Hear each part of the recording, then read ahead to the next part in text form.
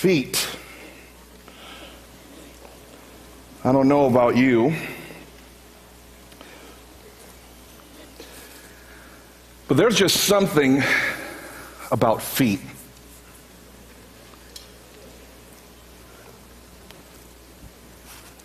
You know, the average person takes about 10,000 steps a day. That's a lot of wear and tear on some feet. And if you think about where my feet have been, I grew up in the martial arts, kicking things from the time I was 8-year-old, kicking things, conditioning my feet, front kicks, roundhouse kicks, jump spinning, kicking people, elbows, knees. I've hurt my toes. My feet have seen a lot of wear and tear. It's amazing the variety of feelings that arouse or come up within people's mind when you start talking about feet. Some people love their feet. They're proud of their feet. They think their feet are cute, especially during the summertime when it's sandal time around here. Some people wear sandals all the time, I know that. But you're looking forward to get that pedicure, get your toenails done all nice and pretty so you can show off your toes. Other people are more shy about their feet. You know, they're sitting there maybe, summertime sitting around, and all of a sudden they cross their ankles, or you notice somebody looking at your feet, and they're like, you kind of feel like your space is invaded. What are you doing looking at my toes? Is there something wrong with my feet? And then there's other people that they're fine with their feet. It's other people's feet. And at the moment you saw me walk up here without any shoes, and you're like, oh, he's getting weird now. I don't know, I'm feeling a little uncomfortable. I don't want to see feet. I don't want to touch other people. I'm fine with my feet, but I don't want to see your feet. Just put those things away. Well, let me get comfortable. That's enough of the illustration. In this morning's verses, one of the things we're going to see is that Jesus doesn't seem to have any phobia when it comes to feet. Maybe it was because of their culture. In those days, their sandal was basically a stiff piece of leather that they'd strap on to the bottom of their feet. Maybe had some spikes in the bottom for traction or something like that. Maybe it was a cultural thing. But also, when you think about it, maybe it was just Jesus spent 3 years with these guys. He knows them. They've gotten close and personal. He's gotten into their face, and they know each other. And so maybe when it comes to this morning's story, they were just comfortable in each other's personal space. But hey, in John chapter 13, when Jesus gets down and begins to wash their feet, hey, as we're going to see in just a moment, they sure did get uncomfortable. So if you have your Bibles, go ahead and open up to John chapter 13. And if you're a guest this morning and maybe the Bible is unfamiliar to you, that's okay. We have some Bibles there in the pew in front of you. Go ahead and grab one. Open up to the second half, and you'll find that section that I'm talking about on page 83. If you prefer not to have the Bible, you can if you want to. I'll have the verses up here on the screen over my head so you can follow along. John 13, beginning in verse 1.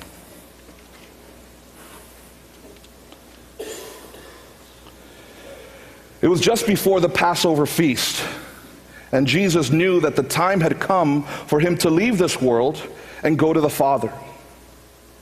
Having loved his own who were in the world, he now showed them the full extent of his love.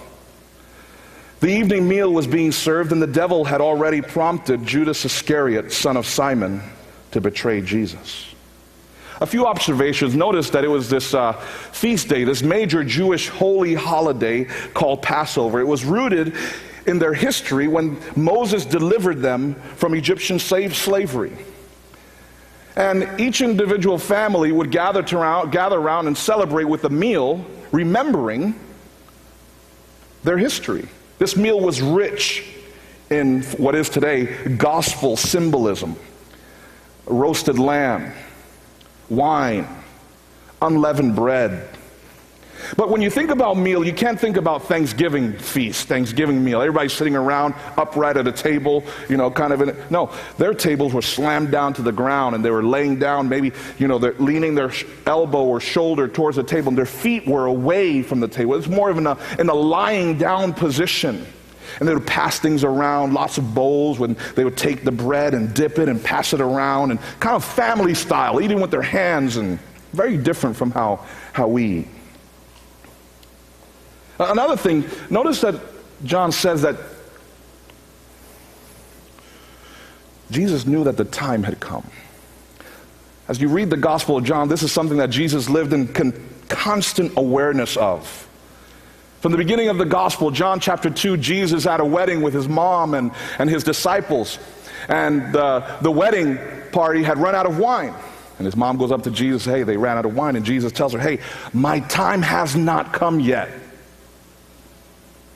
Throughout his ministry, two other times, in John 7 and John 8, we read that Jesus was uniquely protected from being harmed because, John tells us, his time had not come yet. But now we read that Jesus knew that his time had come. Time for what? Well, the time refers to what would happen to him in just a few hours. His death. The reason why he came. In just a few hours, the events that would begin to unfold, that would lead to his arrest, that would lead to his crucifixion, and ultimately our salvation, all those events would begin to unfold. Even though Passover was an annual tradition for these Jewish men, these disciples, did you also catch how John told us that something of major significance was about to happen? Look at the last part of verse 1. Having loved his own who were in the world, he now showed them the full extent of his love. Oh, this Passover would be unlike any other that his disciples had ever experienced. Because what Jesus was about to do would demonstrate exactly how much he loved them. What Jesus was about to do would demonstrate exactly how much he loved them. He knew that his time has come. But here's something else that Jesus knew. Look at verse 3 with me. Jesus knew that the Father had put all things under his power, and that he had come from God and was returning to God. Power? How much power are we talking about here? Well, to kick off our discussion about power, here's a clip that I want to play for you. Is Forbes, the magazine Forbes, their list of the most powerful people in the world in 2013.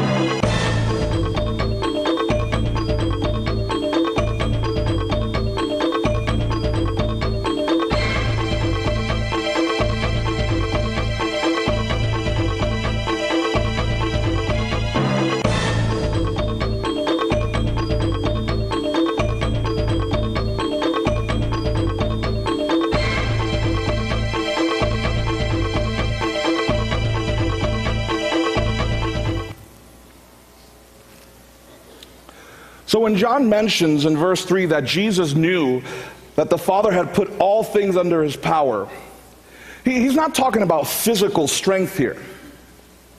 He's talking about authority. He's talking about not just authority over people and money, not just control over people and money, but control, a power and authority over all things. What are the implications of someone being given this much authority? Have you seen what powerful people do when they're put in power, with their power? Let me go throughout history a little bit, give you a little history. Hitler, Stalin, Lenin, Hugo Chavez, Idi Amin.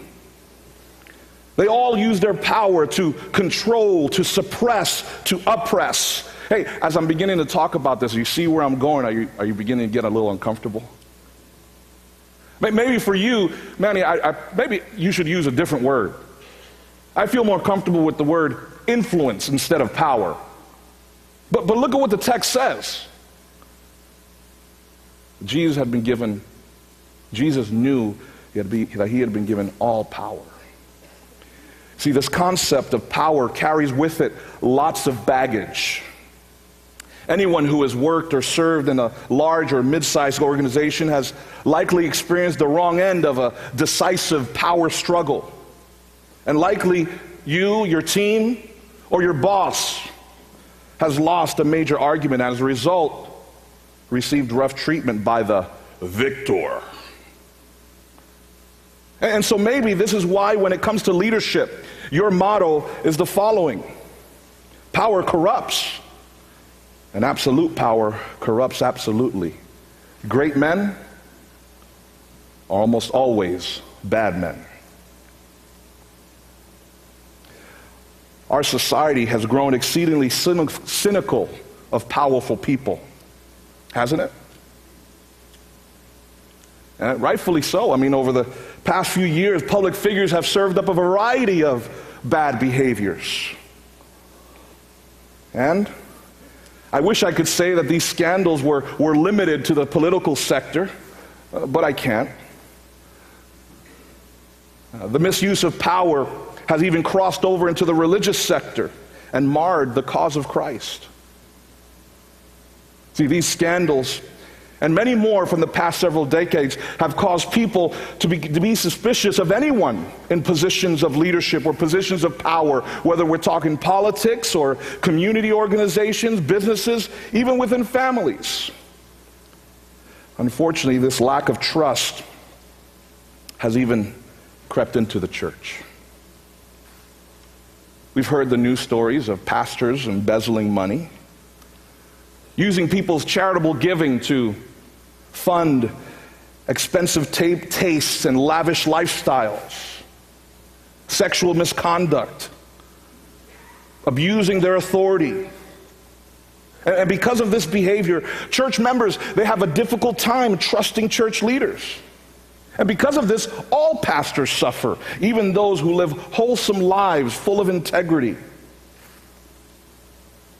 In fact, there might be some of you who have witnessed someone being wounded by a narcissistic church leader.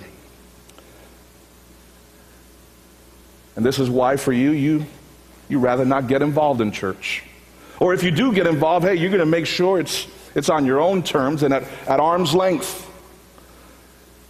Hey, believe me, I understand your hesitation more than you think.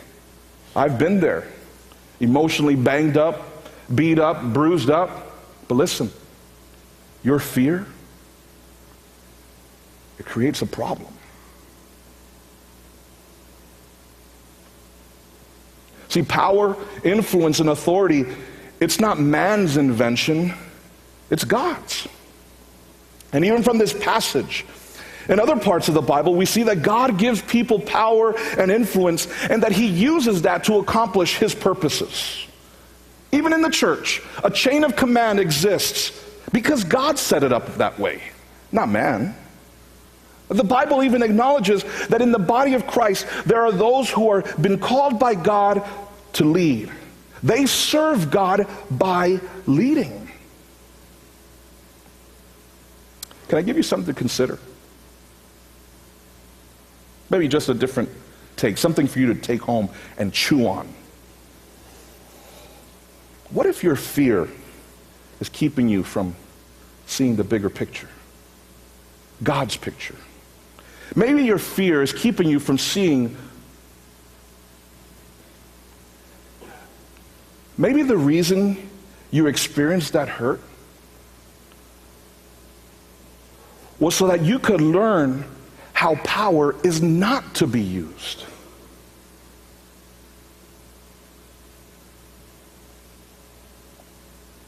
After that experience, you more than anybody should understand how to wield power with grace and humility. Think of Moses. Moses saw a tremendous abuse of power under Pharaoh. And when he was in the wilderness, he was reluctant to take on the mantle of leadership that God was calling him to. I'd venture to say that it was this experience precisely that made him the perfect candidate to be Israel's leader out of Egypt. Maybe. Just maybe, it's that experience that qualifies you to be entrusted with great power. I mean, I wouldn't put it past God to use hurts, failures, seeming tragedies. It certainly does seem to be a pattern of his in the scriptures. Could it be that your reluctance, your anti-power, your anti-leadership attitude is hindering that awesome work that God wants to do through you? And so it's with that in mind that I want to ask you the following question. What would you do if you were in Jesus' shoes? Remember where we left off in the text? You're in a room with some of your closest friends, and you look around and you realize, I'm the most powerful person in this room.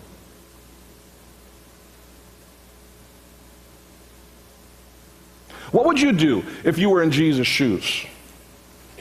If it could be said about you that you are the most influential person in the room, what would your next move be? You know, that promotion that you've been sweating and working hard for. You've wanted it for a long time, and now all of a sudden you get that recognition, and now you are the head of the department. Yes, baby. What would you do? You save up a little money, to invest, and all of a sudden you open up that business. You hire a few people and you become the boss. Large and in charge, the big kahuna. What you say goes. You sign the checks. You tell them what time to show up. And if they show up late, you dock them. You have power. What would you do? What's your next play? You're in a meeting, and you realize, you know what? My words here in this meeting can sway the direction of the conversation. Somebody has pointed you out and said, you know what? You need to be the leader of this. You know what? We want to give you the title of chairman of this group of people. Supervisor, board member. What do you do? How do you respond when you realize that all eyes and ears are on you, and that the example you set can set the tone for the rest of the group, the rest of the organization? The attitude that you display can influence the tone of the home. What do you do when you realize that you have power?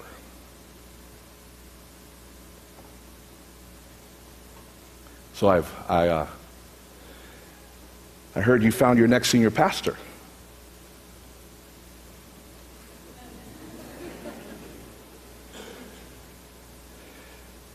You know, that position, it comes with an incredible amount of influence in people's lives. I mean, think about what happened. Several hundred people gathered to hear his words, to look at his example. They call him on the phone and asking him questions and looking for advice, and people are going to make life-altering decisions based upon the things that he says. Hey, Pastor, I'm having this relationship issue, and I don't know what to do. Can you help me? Can you give me some wisdom? And they might do what it is that he says.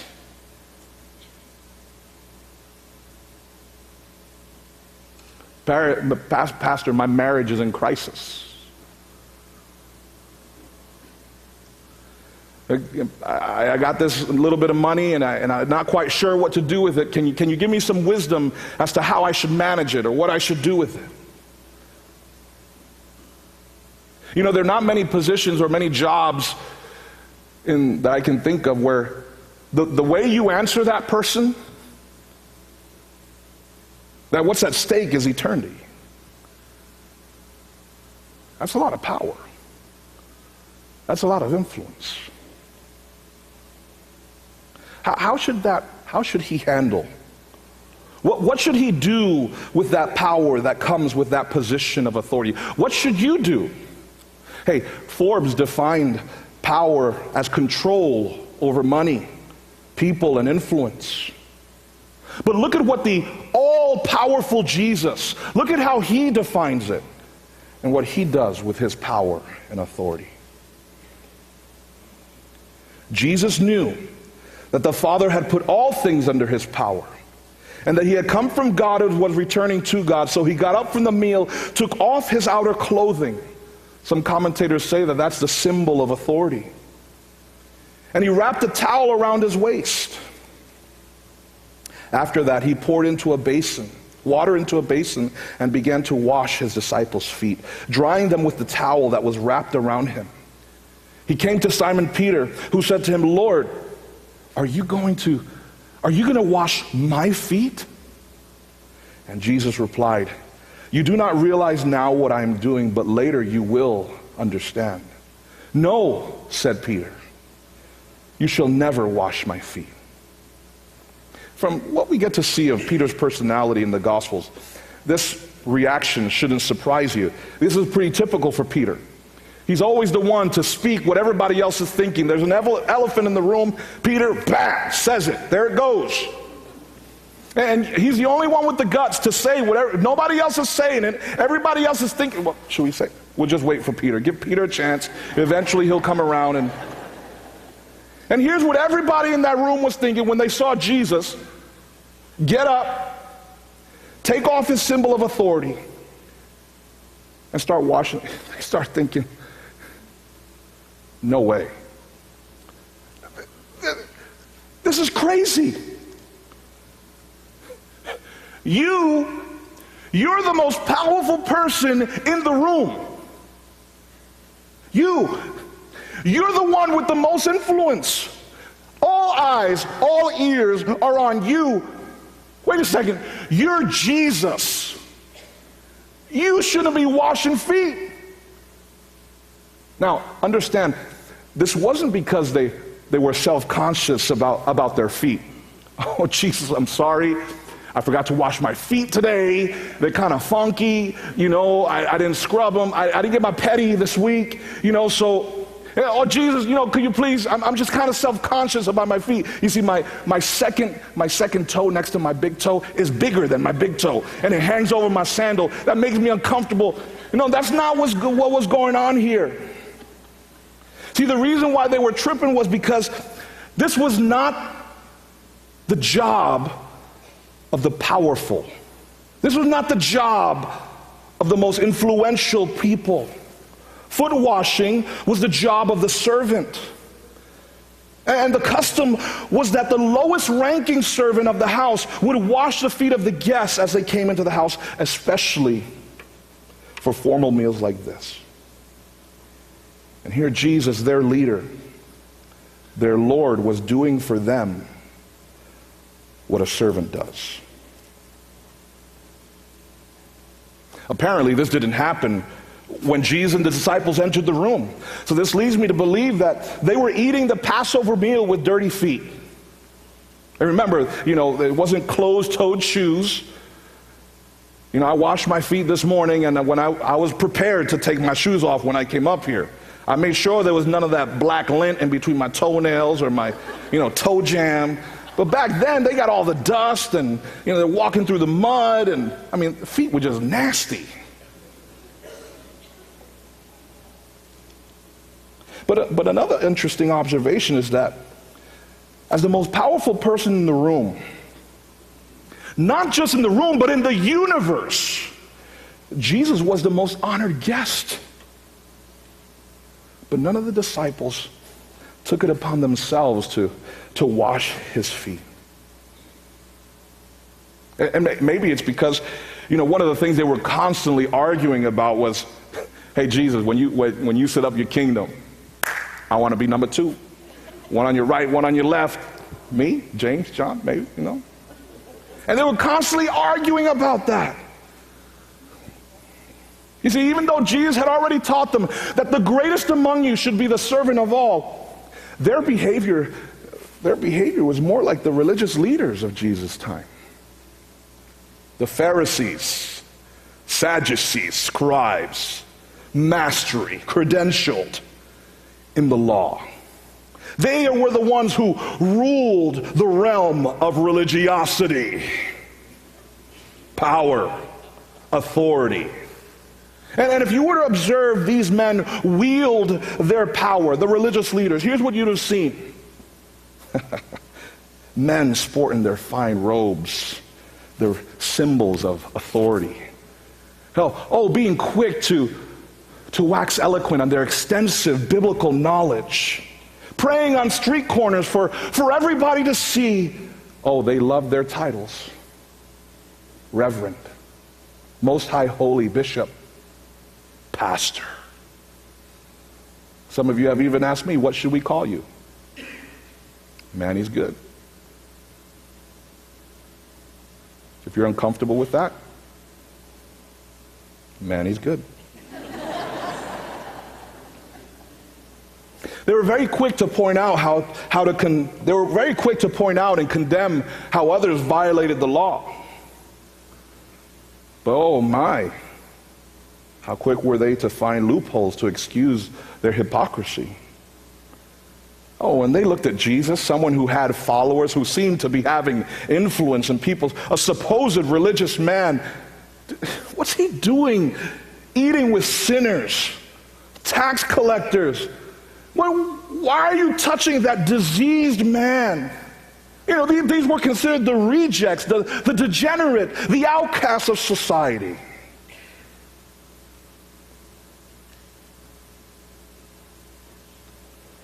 Case in point, on my Facebook feed, I'm subscribed to the Merced County Times.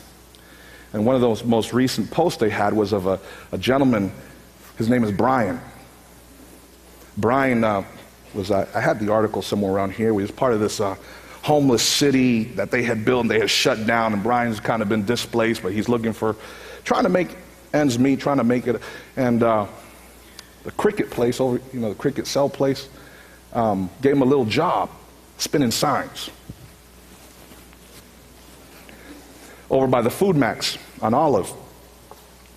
And I read that article, man, that's helpful to me because I'm all about, man, what's Merced like? I'm hearing about the homeless population, how that's increasing, and scratching my head and say, God, what can we do? You're bringing this to my attention for a reason. So, I couldn't do anything about it right there. I just saw the post, and so I just prayed. I said, God, I just pray for Brian. Help a brother out. Thank God he's got a little job. So I was running around doing some errands. Guess who I see cleaning his sign? Brian. I said, no way. What are the chances of that? What are the chances of me? I just finished reading this article at the office, and now I come here doing some errands. Bam, Brian. God appointment. Hey, Brian, I'm a new guy here, and don't introduce myself, Pastor Manny. That kind of puts barriers. Hey, I just moved into the area and I just read the article about you, and we kind of shot a conversation. I see you, man, that's great to see you working. You got this job trying to, get a foot up, and that's awesome. I'm about to go into Food Max. Can I get you something? I know you're hot. He's like, can you get me an ice cold drink? I said, you want soda, water, juice? What do you want? He said, how about some juice? Fine. Go in, get him one of these tall, simple lemonades. The big liter, not one of the little ones. I wanted a blessed brother, He's going to be out there for a while, so I go out there and find where he's at, strike up another conversation. I know he's middle working, and I say, hey, man, here you go. Thanks a lot. What are you doing on Sunday? Want to be my guest at church?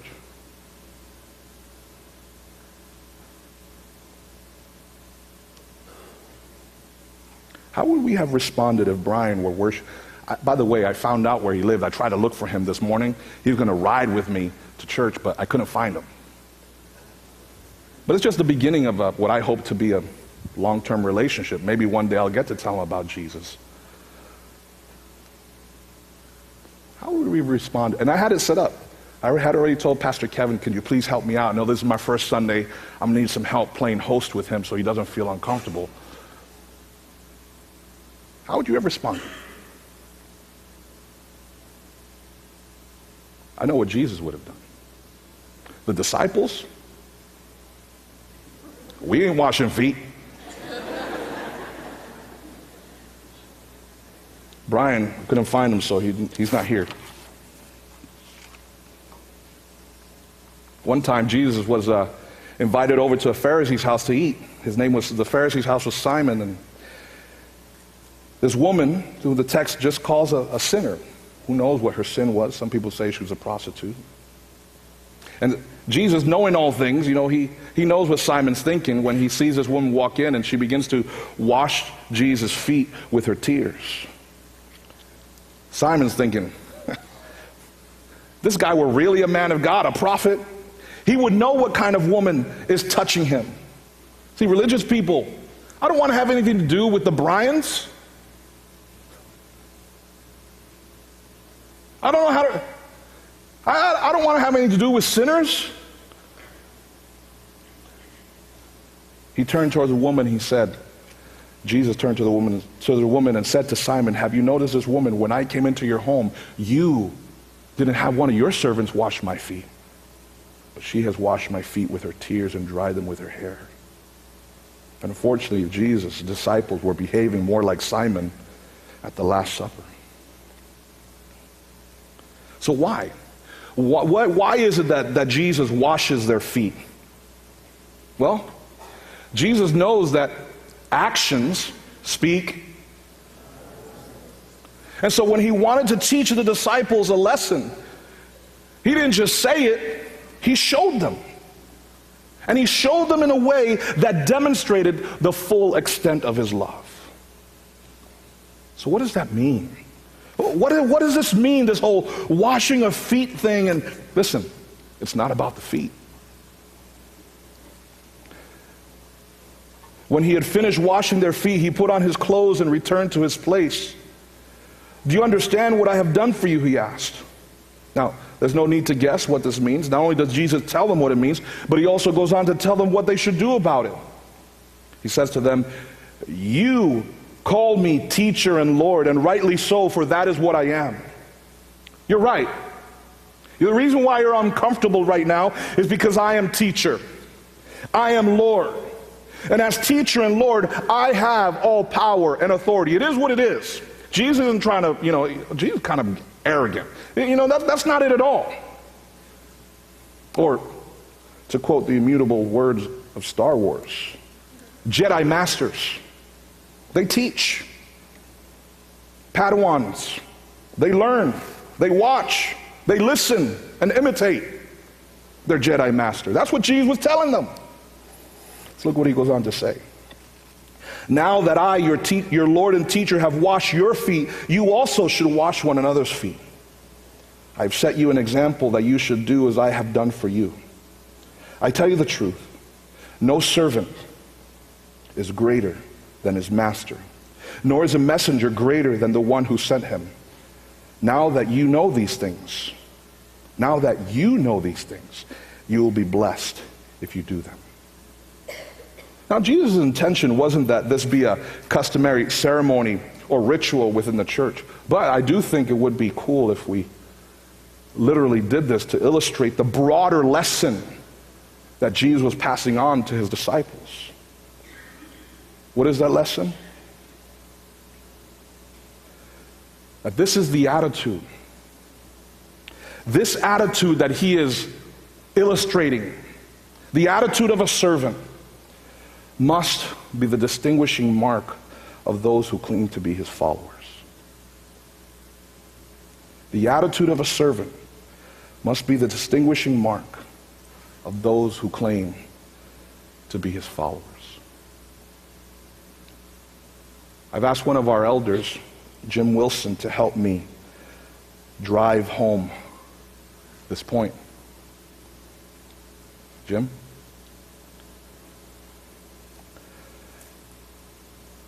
Seven verses later, Jesus said, "A new command I give to you. Love one another as I have loved you. You must love one another. By this all men will know that you are my disciples, if you love one another." But how do I show the full extent of my love? Well, what did Jesus do? You use the influence, the power and authority you have been given to serve them, to benefit them. How can you use the power, your power, to make someone else's day better? The influence you have, what can you do to ease someone else's burden? That power that you have, the clout in the community, the respect that comes with what God has given you. What can you do to make life better for others? Here's what Jesus is teaching us. That this attitude, the attitude of a servant, must be the distinguishing mark of those who claim to be his followers, especially of leaders within the church.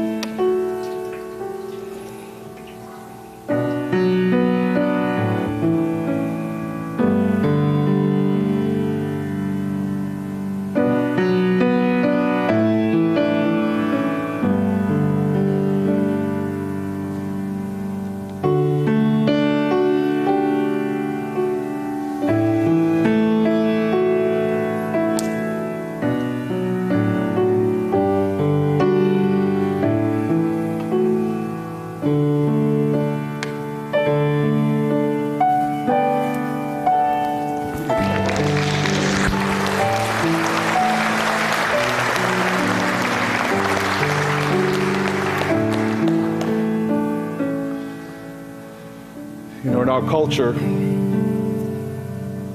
this attitude is judged and perceived to be weak. But you know, when you really think about it, it takes tremendous strength and courage, security in one's identity, to be able to use your power, not for your own benefit, but for the benefit of those whom you're leading. Is there a way for you to leverage the influence God has given you to place someone else's interests above your own, or at least at minimum on par with your own? Is there a way for you to use your power, your clout, your influence, your respect to help them succeed, to add value to someone else's life? At times it's just with a kind word. Maybe it's accepting blame, apologizing, burying the hatchet, a helpful hand, buying someone groceries or cooking them a wee meal. In a symbolic way, I hope that what you saw here today sets the tone and lets you know how I intend to lead this church. It might hurt, it might be uncomfortable at times.